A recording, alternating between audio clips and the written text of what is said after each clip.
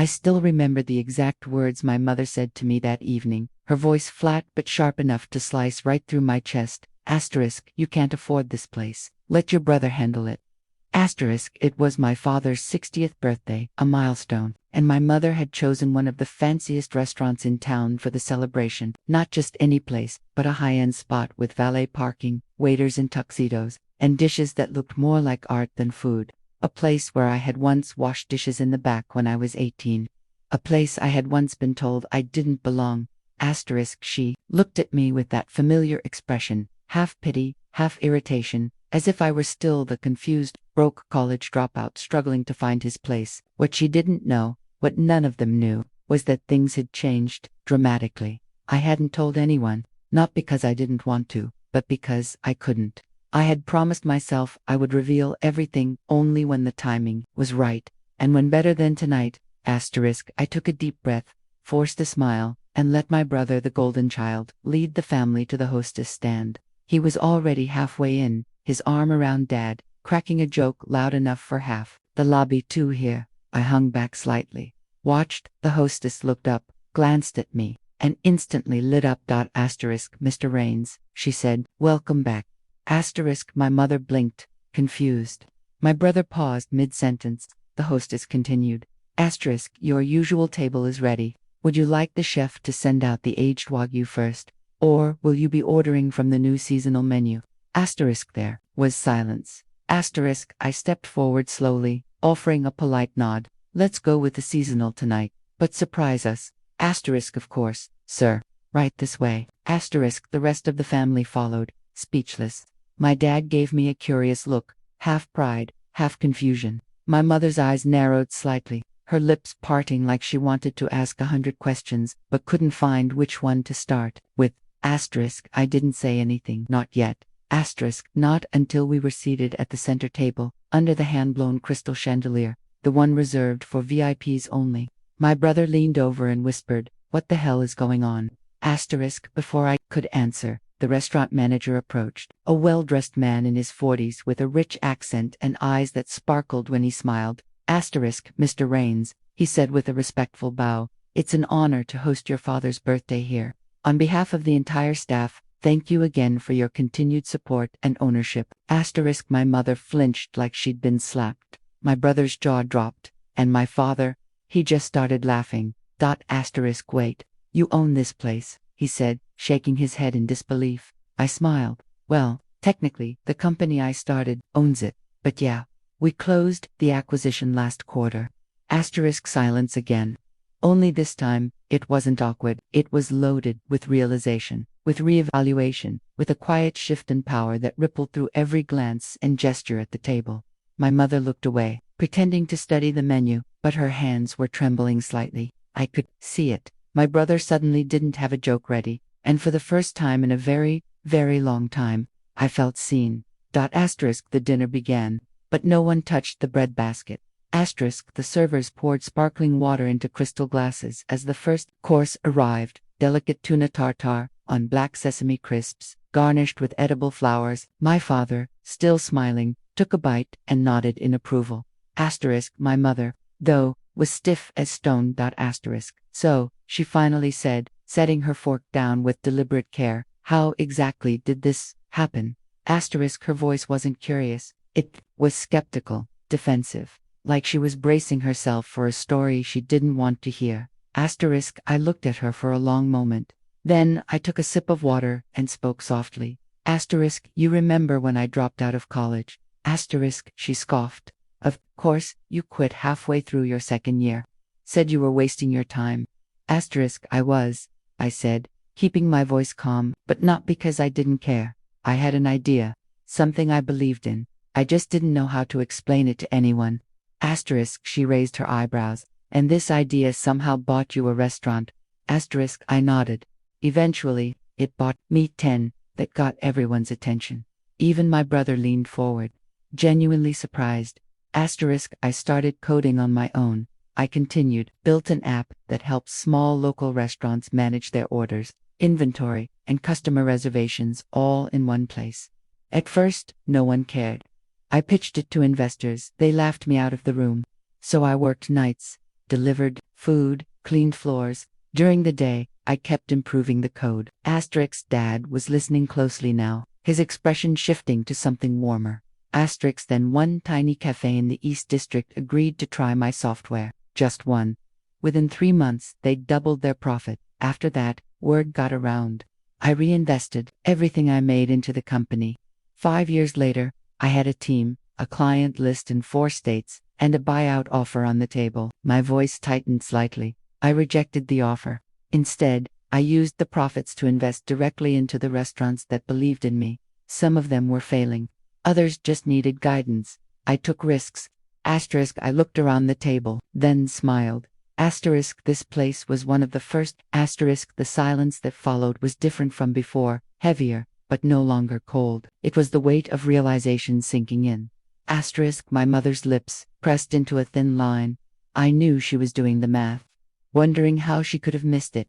How I, the least promising of her children, had become someone she could no longer categorize or control. Asterisk, my father, though, just let out a long breath and raised his glass. Asterisk to you, son, he said with a proud smile. You did it your way, and damn, I respect that. Asterisk. I clinked my glass against his. Thanks, Dad. Asterisk. Then finally, I saw it, the flicker in my mother's eyes. Not anger, not confusion, regret. She looked down at her plate and said, Why didn't you tell us? Asterisk, I shrugged gently. I wanted to, but I needed to prove it to myself first. I spent so long being told I couldn't, that I wasn't enough. I didn't want to come back empty-handed. Asterisk, she didn't answer, but she nodded. Maybe, for her, that was the answer. The rest of the night softened. My brother cracked a few jokes again. Dad shared old stories. My mother grew quieter, but not cold, more contemplative. Asterisk, and as the desserts arrived, a delicate soufflé with gold leaf, a lavender creme brulee, I stepped away for a moment, heading toward the kitchen. Asterisk, the staff greeted me warmly. The chefs nodded with pride. This place, once just a backdrop to my struggle, now felt like home. Asterisk, I watched through the service window as my family laughed together at the table. A moment ago, I didn't think I'd ever see that again. Asterisk, it turns out, the greatest victory wasn't owning the restaurant. Asterisk, it was earning their respect without ever asking for it. She turned to me, and for the first time in years, she spoke without her usual defensiveness. Asterisk, I didn't believe you could do it, she said softly, and that's something I have to live with. Asterisk, her voice cracked at the edges, brittle, with guilt. The admission hit harder than I expected, not because it surprised me, but because of how honest it was. Asterisk, I nodded, slowly. That used to hurt more than I ever let on. Asterisk, she looked up at me then, eyes glassy. You reminded me of your father. Stubborn, relentless, but he always had a plan. You just had a dream. And dreams, she paused. Dreams scared me. Asterisk, for a long second, neither of us said anything, just the wind whispering through the trees and the low hum of distant traffic. Asterisk, I didn't need you to believe in the dream. I said eventually, I just needed you to believe in me. Asterisk, she closed her eyes for a moment, like she was holding something back, maybe a tear, maybe a lifetime of regret. Asterisk, I see you now, she said. Not as the boy who dropped out, or the failure I was so afraid you'd become. I see you as a man who built something beautiful, and I'm proud of you, even if I'm late in saying it. Asterisk, that word proud hit differently. I'd waited so long to hear it that I wasn't even sure what to do with it now that it was here, but I smiled. Thank you. Asterisk, she gave me a weak but genuine smile. So do you think next year we could maybe celebrate your father's birthday here again? Asterisk, I laughed. Well, seeing as I know the owner. Asterisk, she chuckled to a rare soft laugh I hadn't heard since I was a kid. Asterisk, we reached her car. I opened the door for her. Before getting in, she reached out and took my hand.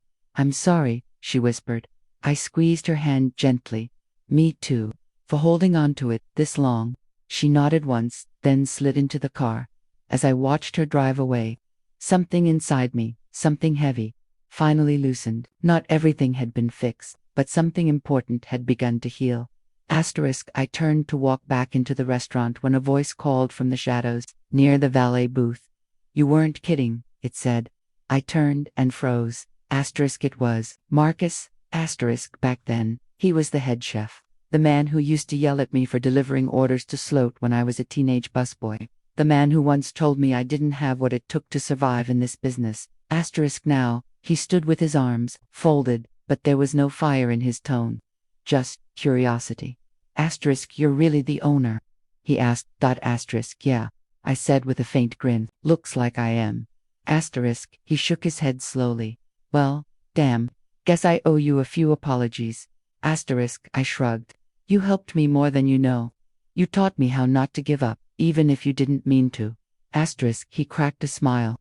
So, what's next for you, kid? I looked back at the glowing entrance of the restaurant, my restaurant, and felt something shift inside me. Next, I said, I think it's time to help other kids who were told they'd never make it. Marcus raised an eyebrow. Sounds ambitious. I smiled. Dreams usually are. He nodded in approval, then turned to head back inside. And as I followed him, the city lights behind me and the warmth of possibility ahead, I realized something simple but powerful. Sometimes, the best revenge is not proving them wrong. It's proving yourself right. My mother told me I couldn't afford Dad's birthday dinner. She didn't say it to be cruel, at least, not intentionally. It came out casually, like an offhand comment over the phone.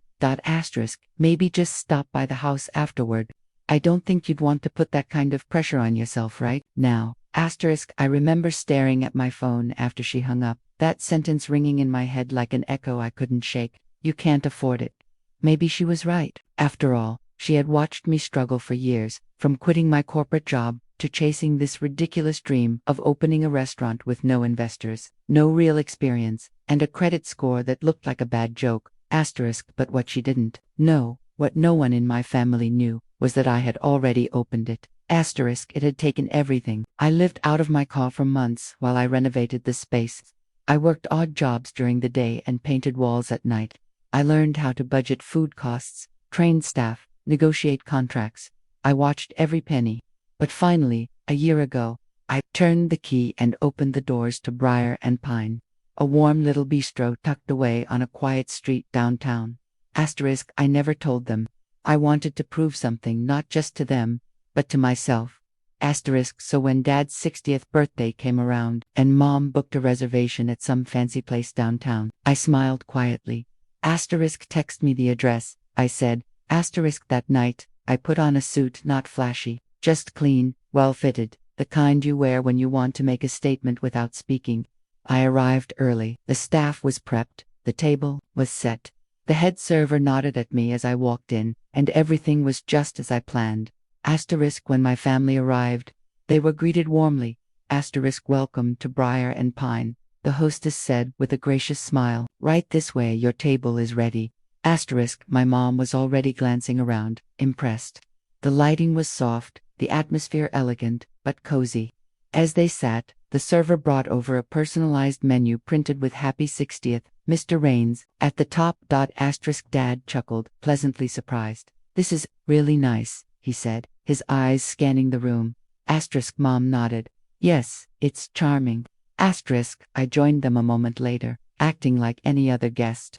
The server poured wine. The appetizers arrived in perfect timing. Every bite was exactly what I had dreamed of years ago. Fresh, flavorful, made from scratch. My father complimented the steak tarta. My sister couldn't stop talking about the gnocchi *, and then, as dessert was served, a deconstructed Black Forest cake, my father's favorite. The head chef stepped out. He approached our table, smiling politely. Good evening, he said. We just wanted to thank you for dining with us tonight. This place is very special to all of us, especially to the owner. Everyone smiled. My mother glanced at him, curious. He turned to me. It's an honor to serve your family tonight. My mother looked at me, stunned. Wait, you? I nodded. She blinked. You own this place? I smiled. Yeah, Mom, I do. For a few seconds, no one said a word. My dad looked around the room again, his eyes settling on every detail he'd missed before. The polished wood floors, the subtle jazz playing softly, the framed photographs, some of which I had taken on trips they never knew I took. He leaned back, slowly, a grin growing on his face. You did all this. Every inch.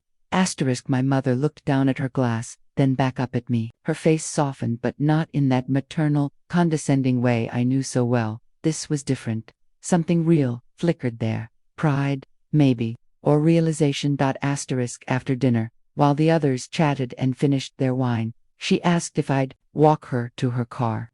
We stepped outside together into the cool night air. The sky above the restaurant was painted in deep indigo, with city lights glowing beyond. Asterisk. I didn't know, she said finally. I didn't think you were ready. I thought you were chasing something impossible. Asterisk. I nodded. That's exactly why I didn't tell you. Asterisk. I thought I was protecting you, she whispered, from disappointment. From yourself? Asterisk. Turned to her. I know, but I needed to try anyway. I had to believe I could be more than what everyone thought I was.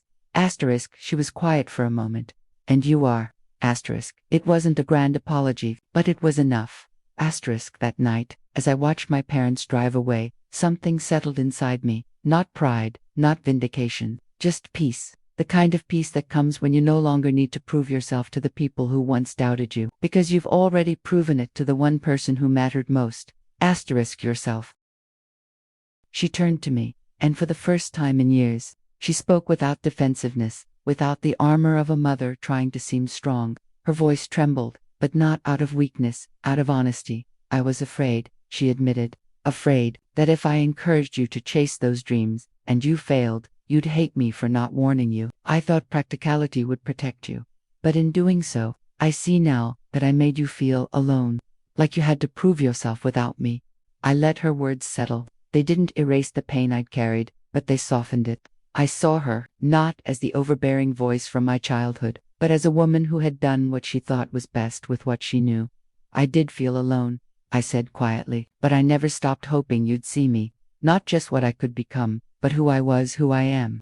There was a pause, filled only by the hum of the city in the distance. I see you now, she said, tears brimming in her eyes, and I'm proud, not just of the restaurant or the success, but of the man you've become despite me, or maybe even because of me. We embraced, and for the first time, in what felt like a lifetime, it wasn't awkward or forced, it was real. Two people, separated for years by misunderstanding, now beginning to rebuild something fragile but hopeful. Later that evening, after the last guest had left and the restaurant returned to its peaceful hum, I sat alone at one of the corner tables. I looked around the polished wood floors, the carefully curated art, the smell of fresh herbs lingering from the kitchen. This place was mine, but more than that, it was a testament, a symbol of everything I'd fought for. When no one else believed, my father came over, a soft smile on his face. You know, he said, sitting across from me, this is the best birthday I've ever had. I'm glad, I replied. You deserve it. He leaned in. And so do you. You deserve all of this. A quiet moment passed, the kind where no more words are needed.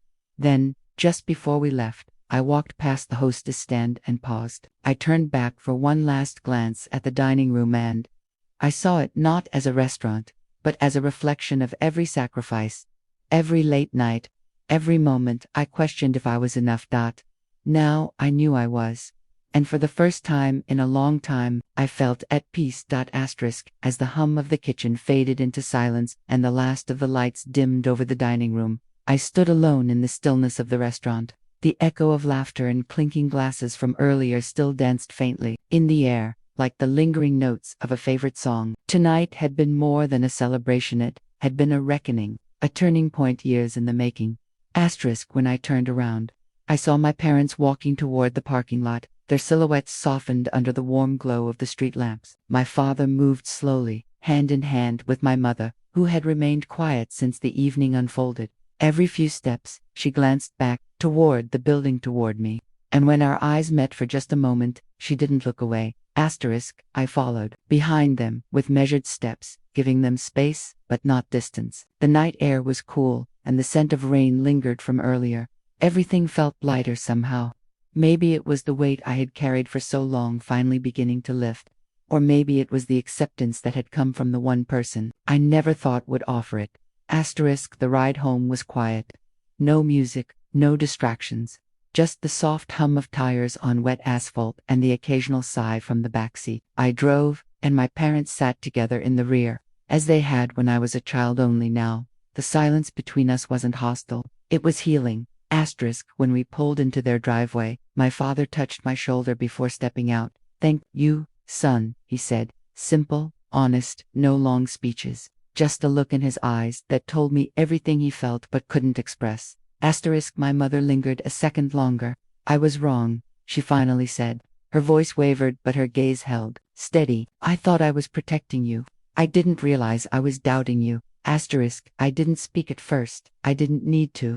I just nodded. And somehow, that was enough. Asterisk, driving back to my place. The city passed in streaks of gold and amber. I took a longer route on purpose, not quite ready to let the night go.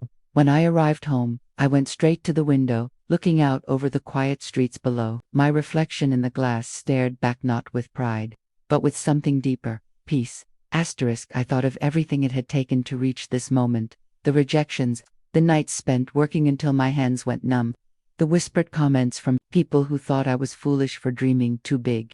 But more than anything, I thought of the little boy who once sat at the dinner table, wondering why he always felt he had to prove himself. He didn't need to anymore. Owning the restaurant had been my goal, but what I truly wanted was something else: to be seen, to be known, to be loved without condition. And tonight, I got a glimpse of that. Asterisk, I sat down and opened my phone. Dozens of messages from friends, colleagues, and customers flooded the screen, congratulating me on the beautiful event, the food, the ambiance, the heart. But one message stood out. It was from my head chef. Asterisk, you did good tonight, boss. You made a space that feels like family. Asterisk, I stared at those words. That was it, wasn't it? That was what I had built, not just a restaurant, but a space where people could come together, feel safe, feel seen, where even the broken parts of our stories could be put on the table alongside the meals we shared. Asterisk, as the night deepened, I made myself a cup of tea, walked out to the balcony, and let the breeze wrap around me. The lights from downtown shimmered in the distance, and above them, stars began to pierce through the dark. Asterisk, in that moment, I thought of my mother. Again, her hesitation, her pride, her struggle to understand the choices I had made. I thought of how hard it must have been for her to let go of the image she had of who she thought I should be, but she did, and I forgave her. Not out of obligation, not even out of need, but out of love, because she was trying, and that was more than I ever expected. Asterisk, tomorrow, the restaurant would open again. Customers would arrive, stories would be exchanged, laughter would fill the walls. And somewhere in that rhythm, my story would continue, no longer about proving anyone wrong, but about building something right. Asterisk, I looked at the stars one last time before going in. Asterisk, and for the first time in a long time, I didn't feel like the boy they said couldn't do it. Asterisk, I felt like the man who did.